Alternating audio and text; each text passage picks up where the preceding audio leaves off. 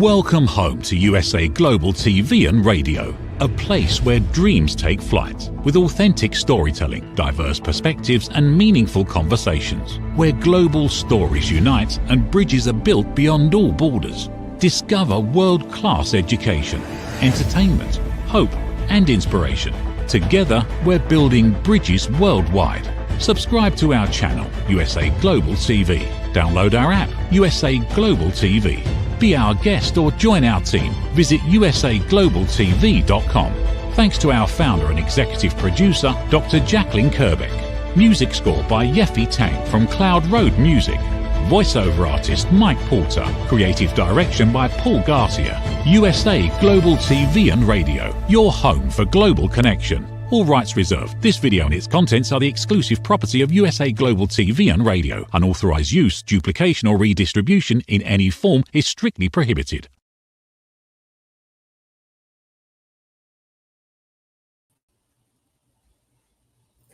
Hi, welcome to the Persistence Payoff Show. We're here on USA Global TV and Radio. I'm your host, Kimberly SCHAFER.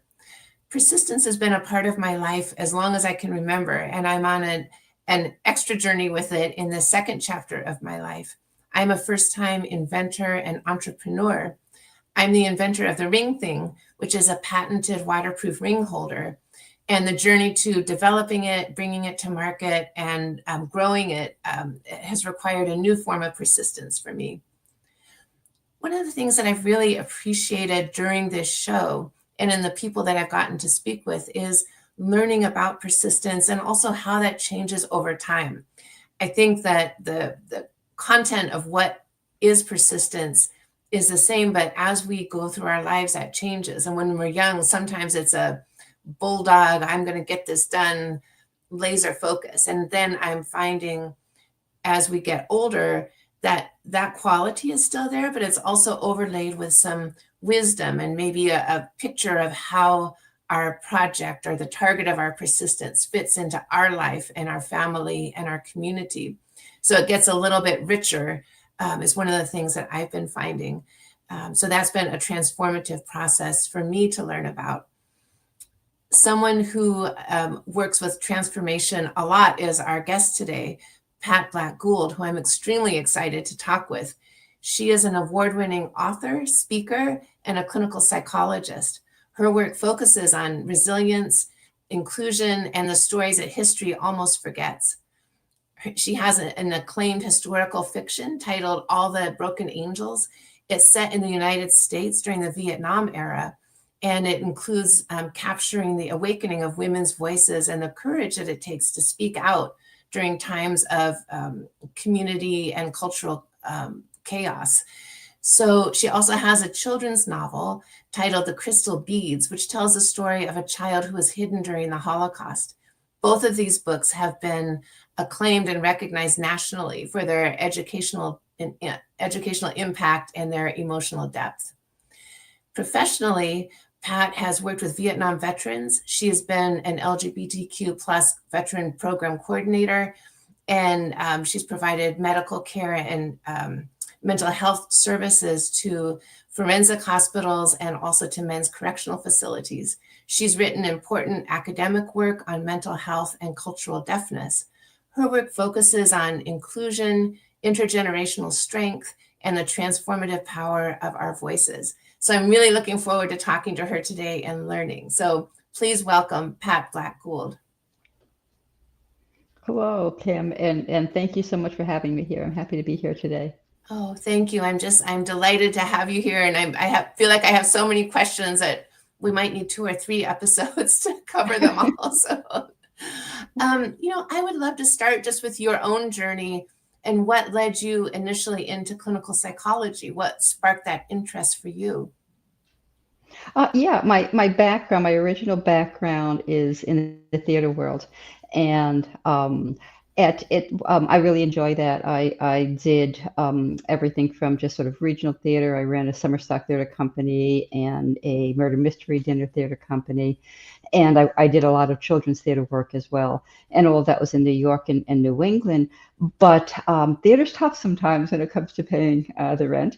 And around the time when I was having my son, I just realized I might need to have a profession that might be a little bit more stabilizing for him and for the family. And I thought, well, what's close to theater? Because theater and acting is really about touching deeply into what's inside you, trying to understand character development, trying to understand what makes people tick. So I remember going to the local college, and well, it seemed like when I was looking through a catalog, psychology and mental health seemed to cover exactly that. So that's what allowed me to explore the inner workings of people, this time from like a psychological perspective. So that was challenging and exciting, but I find that I've managed to create a place in my writing where I actually can combine the theater part of me from the character driven inside when I was a writer and the psychology and the psychological arc of characters throughout a storyline. And so it just somehow all gelled together, and I had no clue that was going to happen. Yeah.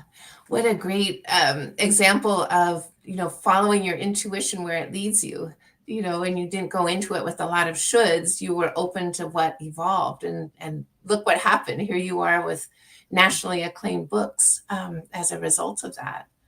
So did your writing develop at the same time that you were going to school, or did one come before the other? No, the writing, well, the writing had a kind of interesting uh, uh, kind of weave throughout the whole process. In the theater world, I remember hearing a story about a child during the Holocaust. And at that time, I was in New York and I was doing a lot of auditioning. And I thought this would make a very interesting monologue. So I wrote it as a monologue. And when I was doing acting auditions, but then I moved out of acting and I was much more interested in directing and producing, and then even playwriting. So I just put that aside for a while. But when I was running the Murder Mystery Dinner Theater, I wrote a number of plays for a while. And we toured throughout New England with those plays. And then when I went more into the psychology world, I put that type of writing, academic writing and dissertation, all of that thesis was there. But that creative, one part of that creative side of me just needed to be put aside right now. I couldn't focus on both. And it was only once I semi-retired, moved down here to Florida, that I was, for the first time, I went to a writing group and I realized I needed to bring something with me. And what I found on this old typewriter, piece of paper, old paper, was the monologue that I had started. And that's what turned into, well, the book that's right behind me, The Crystal Beads, Locke's Journey. That's what brought me back into creativity as a writer this time. Wow. Oh, I love that, just how one thing leads to the other. And I think that's fantastic. And so you wrote The Crystal Beads first, and then did All the Broken Angels. That was your second book? Right. And all the Broken Angels, there were little bits of stories I started piecing together from all the Broken Angels, because just little things and memories of childhood and growing up, and some family things, and little pieces of stuff, but nothing really there. I wasn't sure what was going to happen with it. And it is semi-autobiographical. So I was parallel both books a bit together. Crystal Beads just sort of made it a lot quicker than All the Broken Angels did. But I wanted to tell a story that touched my heart and touched my family as well. And as a psychologist working with Vietnam vets, their stories were incredible. And I wanted to tell their stories too. And I had a cousin in Vietnam. So I found a way of tying in my childhood background, my family, and Vietnam vets all together. So that just Took a long while, but it fell into place. And I did have a co-author who came in and joined me. And together we just sort of combined forces and just said, okay, let's just see what happens. Yes. Oh my gosh. And I'm so grateful that you did that, because I agree with you that my limited knowledge about Vietnam veterans is that they're really powerful stories. And history has a way of forgetting things. We just sort of look back at what happened in the last 10 years, and Vietnam wasn't that long ago. And so really to focus back on some of those stories, I think is very powerful. And I'm really grateful that you're doing that. Thank you. Yeah, it was. It was. I grew up during that era, and I have a lot of memories of it.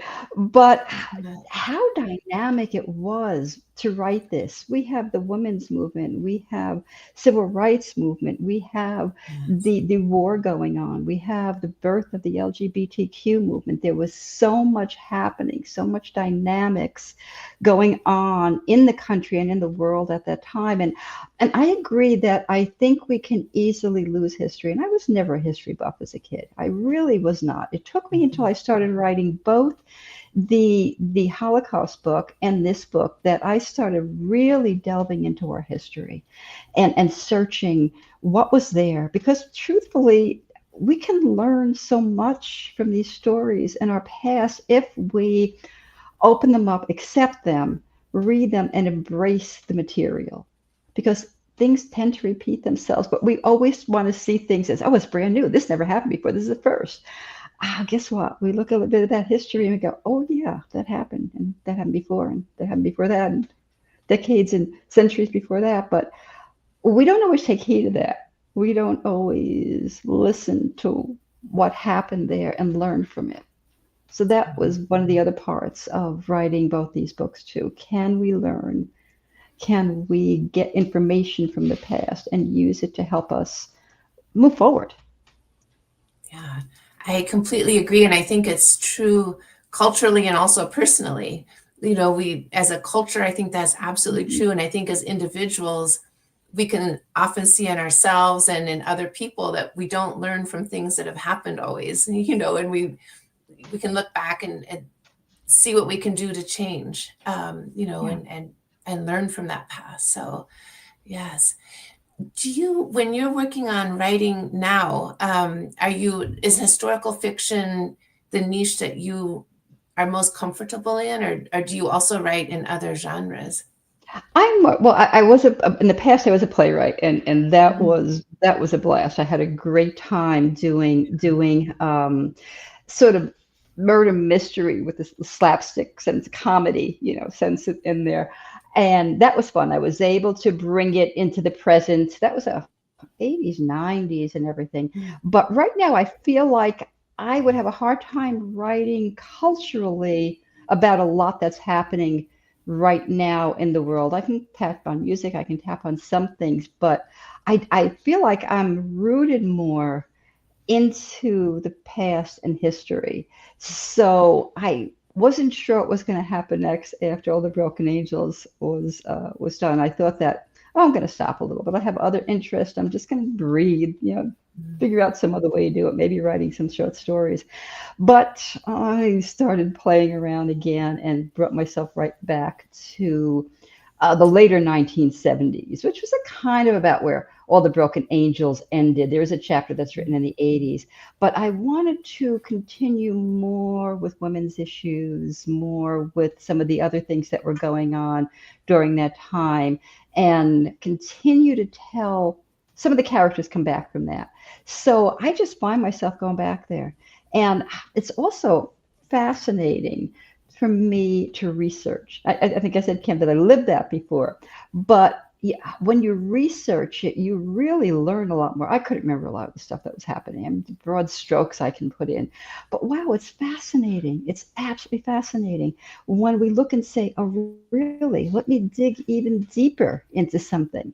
And it's incredible. So I think I enjoy the research that brings me to the past and the lessons learning from that and how to put that into the book. Yeah.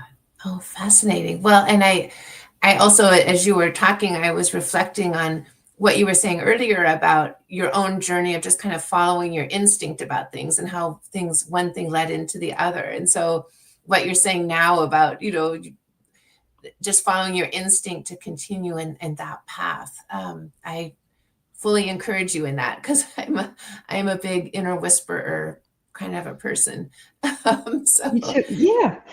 yeah. There's something about that. There is something about, I can't plot something. If you told me I had to plot out a novel, because there are plotters and pantsers. Pantsers sort of operate by the seat of their pants, and the plotter is like, you have to outline it. If somebody told me to outline a book, it would never be written. There would be nothing on the page whatsoever. I let the characters speak to me. I let them tell me their story, and they may change it. It changed in All the Broken Angels. I was heading in one direction. The character said, you're not going to go there. You are not going to go there. And I listened. And I think it made the book a lot more fuller after doing that. So I let that creativity, that inner voice speak to me. And I follow that. A lot of times I don't, and I do that personally too. It's really hard for me to think, all right, I kind of want to do this, but I'm going to see how I get there. And it's not always the way one thinks, because it could kind of meander and go like this, and then go, oh, yeah, and take off in that direction. I don't know. I never know. No, I love that.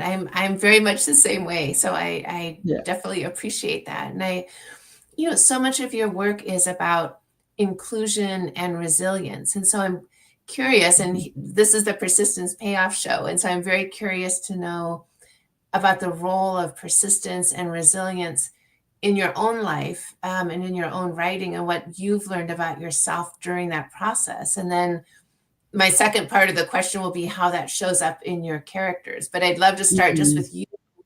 And what have you learned about yourself through this journey? A lot. And when I look back and reflect on it right now, my passion was in theater. I would have given anything to stay in the theater world. But I left New York to pursue a summer stock, which I thought was only going to be 1 year, and then play around with playwriting. And what ended up being 1 year it turned out to be 30 years. And theater, I loved it. It was my passion. But I felt like I could not make enough of a living doing that. So it hurts internally. It hurt hard. It hit me hard that I had to give up a passion to move forward. And during the time that I was moving into psychology, I was also going through a divorce, a very contentious divorce, and trying to work full time on getting a doctorate, and raising my son. My mother had cancer, and my father was just saying, well, just don't worry about it. Give up school. I had a master's at the time. I was working as a mental health counselor, but I pursued a doctoral degree after that. And my father kept saying, well, just give it up. Just forget that. There's too much going on. And I said, no. I need to keep going. It's important for me to just keep going. And that's been a driving factor for me. I don't feel like I can stop or want to stop. I need to pursue something. And even when times are rough, I pursue it more. So I pushed myself through the degree, had an incredible time working with the veterans and other populations as well, the LGBTQ population, relationship work, anxiety, transformation, people going through struggles in their life. Is always a big theme for me. How do you get through and learn from those struggles and move yourself ahead? Because I was going through them as I was working with my clients. And the same thing happened when I chose to move into the writing. I had periods right through the beginning of both books. I got very ill before Crystal Beads. And I even took my notes for the book and my contact sheets of all names with me to the emergency room, just in case I was going to be hung up or had to be hospitalized. I had my materials with me, and my husband probably thought I was absolutely nuts, but I did that. And then I had another bout of an illness when I was going through all the Broken Angels, and I was in bed with the typewriter on a little stand in front of me, working, talking to my co-author. So I feel like I don't want to say it's easy to give up. And everyone could just stop and say, I'm making a different choice. That's a choice. But for me, it's more beneficial if I keep going and see where that brings me. And what that brought me to are two novels, or two books that I'm very proud of, and work as a psychologist with people that I'm very, very proud of doing. Yeah. Wow. You're giving me goosebumps right now listening to that story and just what you went through and your determination. I mean, that's resilience in action. You know, that's amazing. Mm-hmm. And I'm curious, do you see that quality and what you learned from that showing up in your characters in the books? Yes, every one of them, even in the kids' book, have what I call a psychological arc. Okay. I like to create characters that are given a set of complications, issues, problems that they have to work through and see how they handle it, whether they accept the challenge and where it brings them. So I think the psychologist in me and the way that I work with folks at your time frame and as you are growing and healing and learning from the past, can you grow with what's put in front of you, what you lived through in the past, what you may have struggled with, but can you take that further and grow? Some characters in the book get stuck. I'll admit that, and that's intentional because to me, writing is about teaching lessons too, that some people just get stuck at certain stages, but others say, okay, I have to work through this. There could be a loss. There could be so many different things that happen. There can be a tragedy. There can be pain. There can be suffering. There can be just an awareness of something, but you don't know how to handle it. So I take all of them on that journey. I give them the challenge and I see how each one of them handles it. I have a little girl in the book, Ruthie, and she's not the lead character. The lead character's name is Kate. Ruthie developed polio, which was what happened to one of my classmates as a kid. I grew up during the years of polio. And Kate is so angry at the world, angry at the universe, angry at God for giving this poor girl polio. But Ruthie does get better and she's able to walk again. And Kate says, well, aren't you just furious? And she says, no. She says, I'm doing okay. I'm walking, I'm learning how to walk and get better and get stronger. And and you're here and you're still my friend. So I'll be okay. Now, of course, there's a journey for that. And this is a little kid talking, and that that's very hard and very difficult. But throughout her life, Kate keeps crossing and meeting people that put barriers there. And she becomes really hardcore at times and fights against it and has a hard time learning. But I put the people in her life that lead her and allow her to make healthier choices.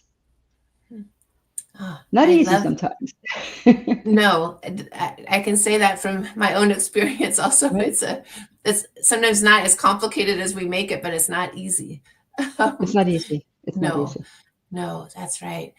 Well, I'm struck by listening to you at the number of ways in which you've worked with people and characters in terms of resilience. So, I mean, Vietnam veterans, that's its own incredible journey of resilience and persistence, and growing up in the 60s and 70s during that time, and then your own journey and the characters that you're writing.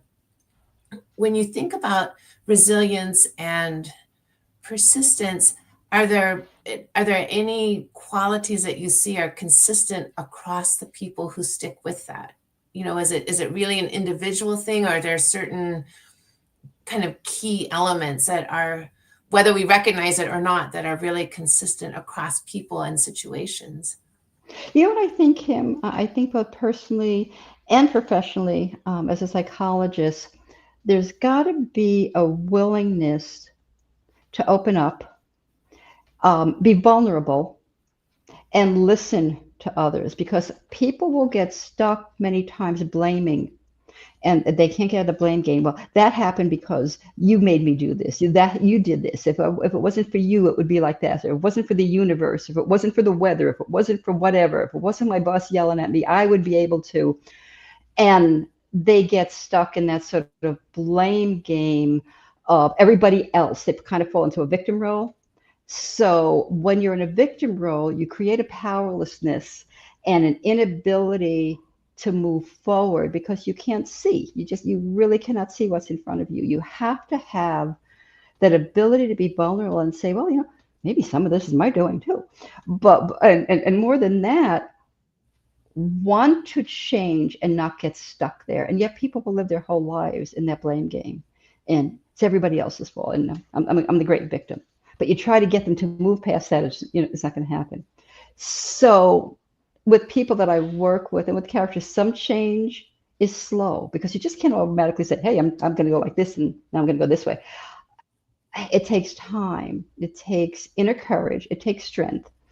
And that determination to say, I want something different. I want something better for me. I want something better for my family. And you have to accept the fact that you can change. You have to want to change. You have to not get stuck. It's you sort of see different type of models in psychology that looks at pre-contemplative people. Maybe one of these days I'll stop smoking. I don't know. Well, smoking's bad for me, but I don't know. I'll do that. And then eventually, yeah, I want to.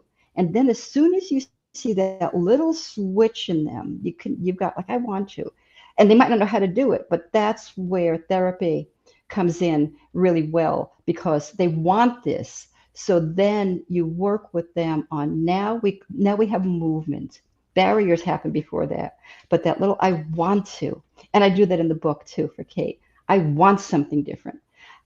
So now we can move, and steps can take time, but there's progress as long as there's that willingness to open up and be vulnerable because change is scary. You know that old saying, the devil we know is better than the devil we don't know? Yeah, it is. Yeah, it's really true. It's something I've been reading about, that even in our bodies, like sometimes something feels comfortable and familiar to us. So we say, oh, this is the right thing, but maybe not. It's just that's comfortable to us and familiar. Yeah. But if we really want to change, we have to be uncomfortable for a little bit while we adjust to that. So. A good way to put it. And people don't like that discomfort. No. Because it's a tough place to sit. It's tough to sit in it.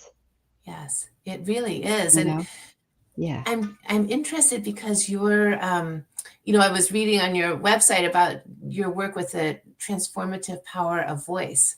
And so as you're talking right now, I'm sort of thinking to myself, that sounds like the transformative power of voice, that whatever our voice is internally and the voice that we use to talk to other people, how that can be transformed. And I'm curious to know, am I understanding that correctly in terms of your intention about the transformative power of voice?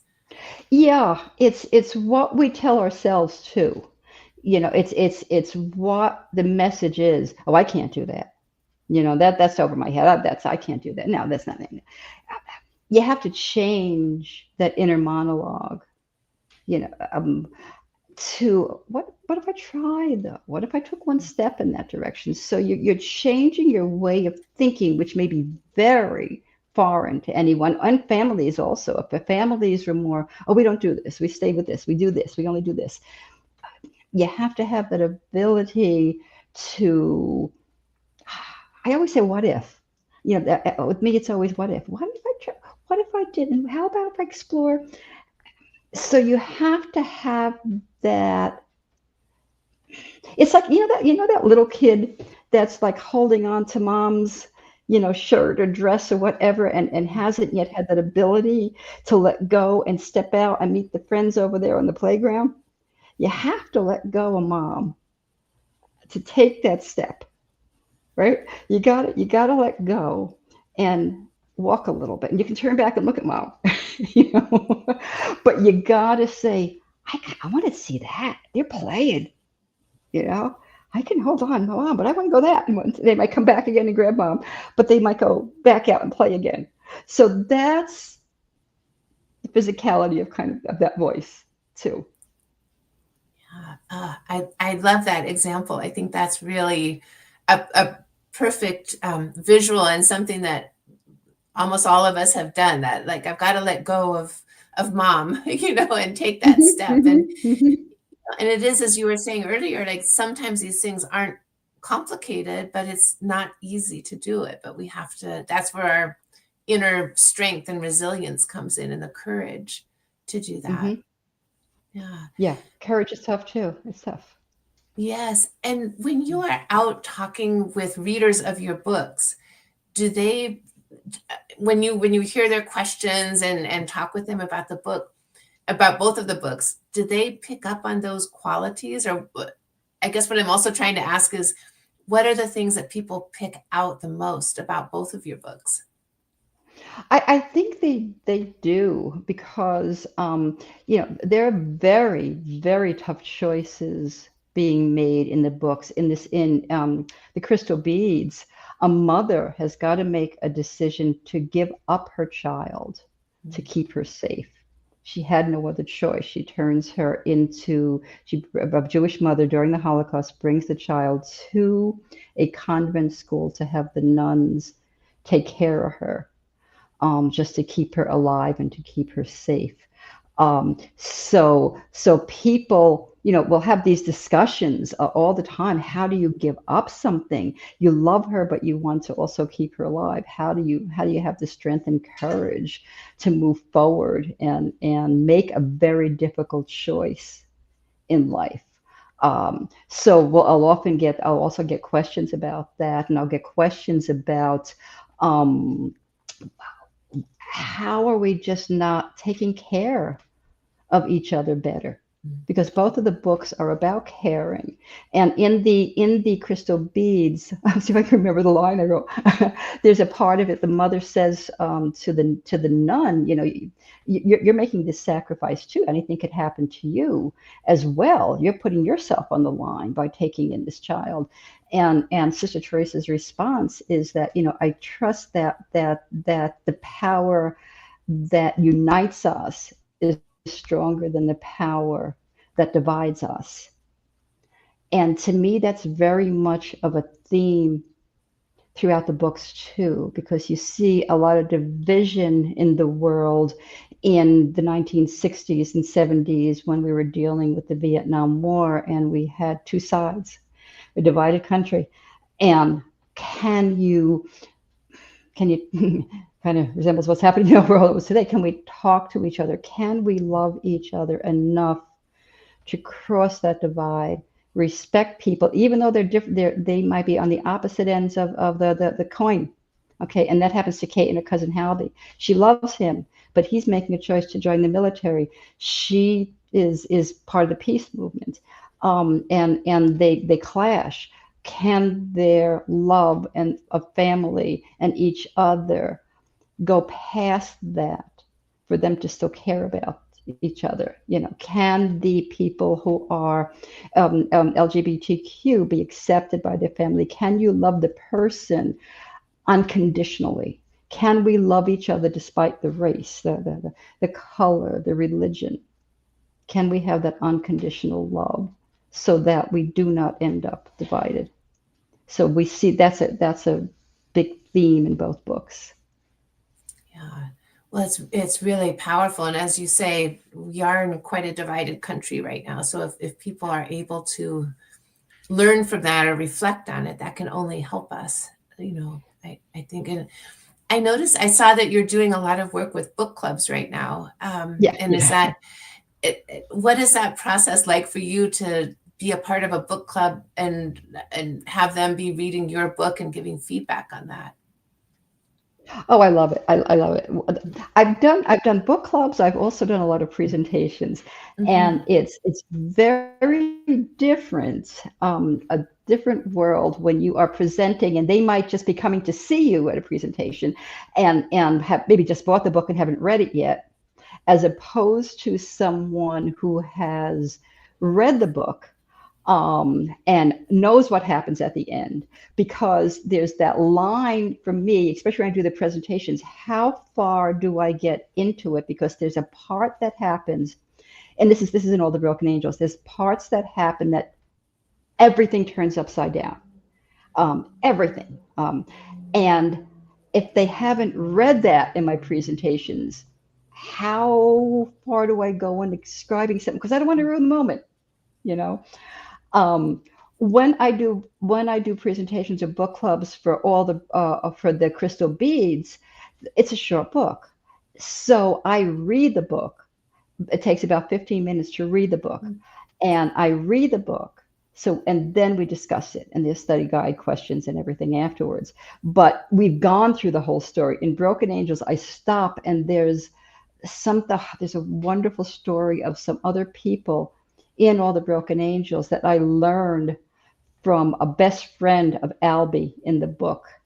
I learned about only no more than 10 years back that I would love to share, but I can't go there. So that makes it really, really difficult. It's like, I want to tell you about this because there's a whole other story, almost a whole book that another dynamic, but I don't go there. So the dynamics are very interesting. So I have to really judge who's read it here and who hasn't. And then if it's a presentation, I have to be careful maybe that somebody might not bring up. Well, at the end when da happens, and nobody ever has. So I'm like, oh, good, okay. Good, yes. You don't have to hold up a sign that says "spoiler alert" or something. Spoiler alert, right, exactly. Yes. Exactly. Oh my gosh. Well, our time has flown by today, and I mean what I said at the beginning. Like, I feel like we could have 2 or 3 episodes because this is just so fascinating, and I think your work is incredible.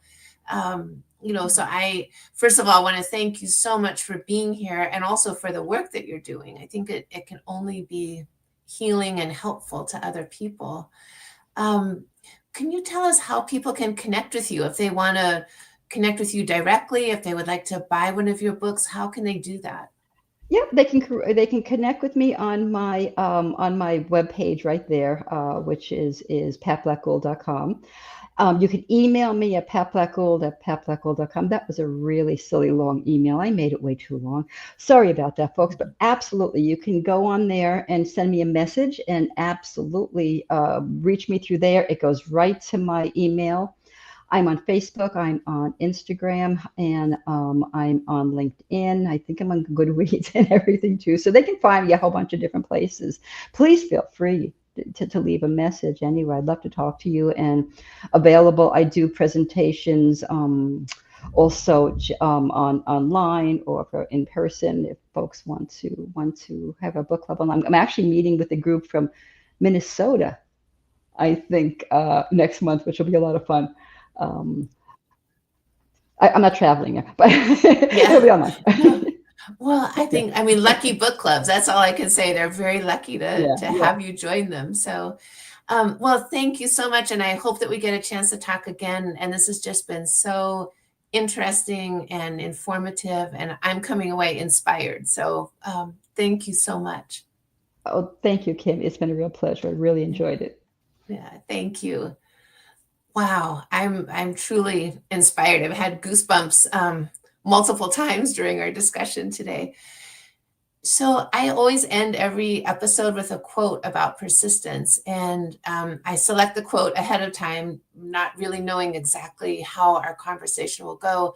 And so often the quote fits very well with with our conversation that we've had, and I feel like that is the case today. So the quote that I selected today is from Brian Tracy, who said, "Persistence is self-discipline in action." And I think that shows up so well in what Pat was talking about in terms of the self-discipline to say, I'm going to stick with this, or I need to evaluate what my habits are. How can I get out of the cycle that I'm in? And that's all self-discipline. So persistence is self-discipline in action. So I'm so grateful and thankful to Pat Black-Gould for being here today. I really appreciate it.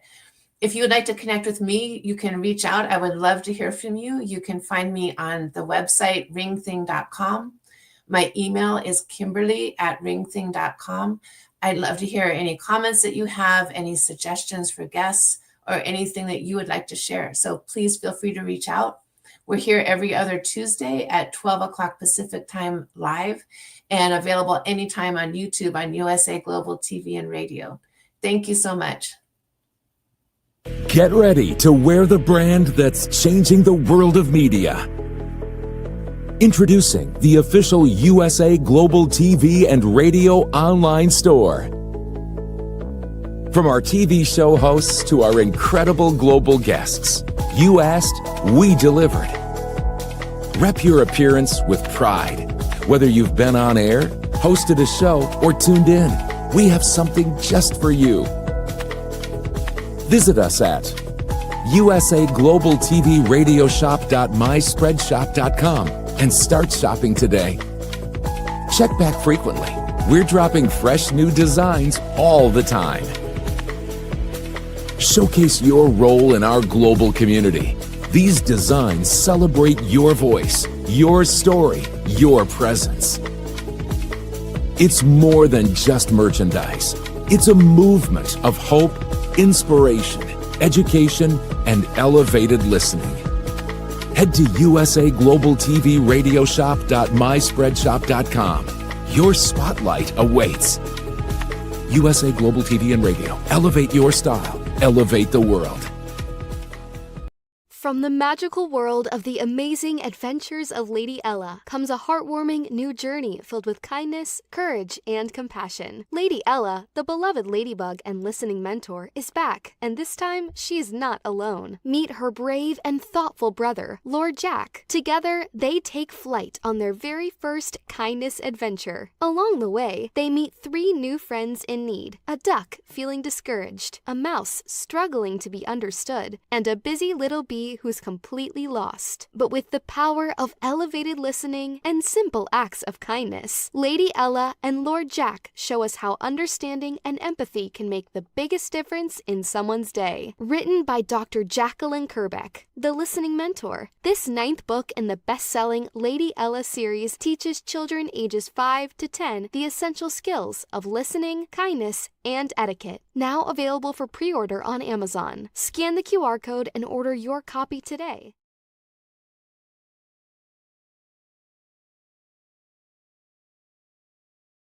Thank you, viewers and listeners of USA Global TV and Radio, for joining us today. We're honoured to have your time and attention as part of our global community. At USA Global TV and Radio, we believe in the power of authentic conversations, meaningful connections, and creating a world of possibilities together. Want to be part of something bigger? Join our team of elevated listeners at usaglobaltv.com, a space where your voice matters and your ability to listen transforms relationships.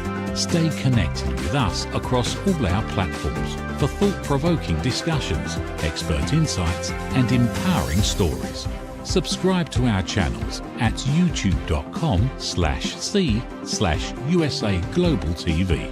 Follow us on social media and explore the endless opportunities we're creating for growth, learning, and inspiration. Together, we're not just broadcasting, we're building bridges and changing lives one conversation at a time. For inquiries, contact us at info@usaglobaltv.com. Music by Johnny Dyes. Produced by Executive Producer and Director Dr. Jacqueline Kerbeck. Voiceover by Mike Porter. Creative Direction by Paul Garcia. All rights reserved. Copyright 2025. Visit usaglobaltv.com to view our full terms and conditions.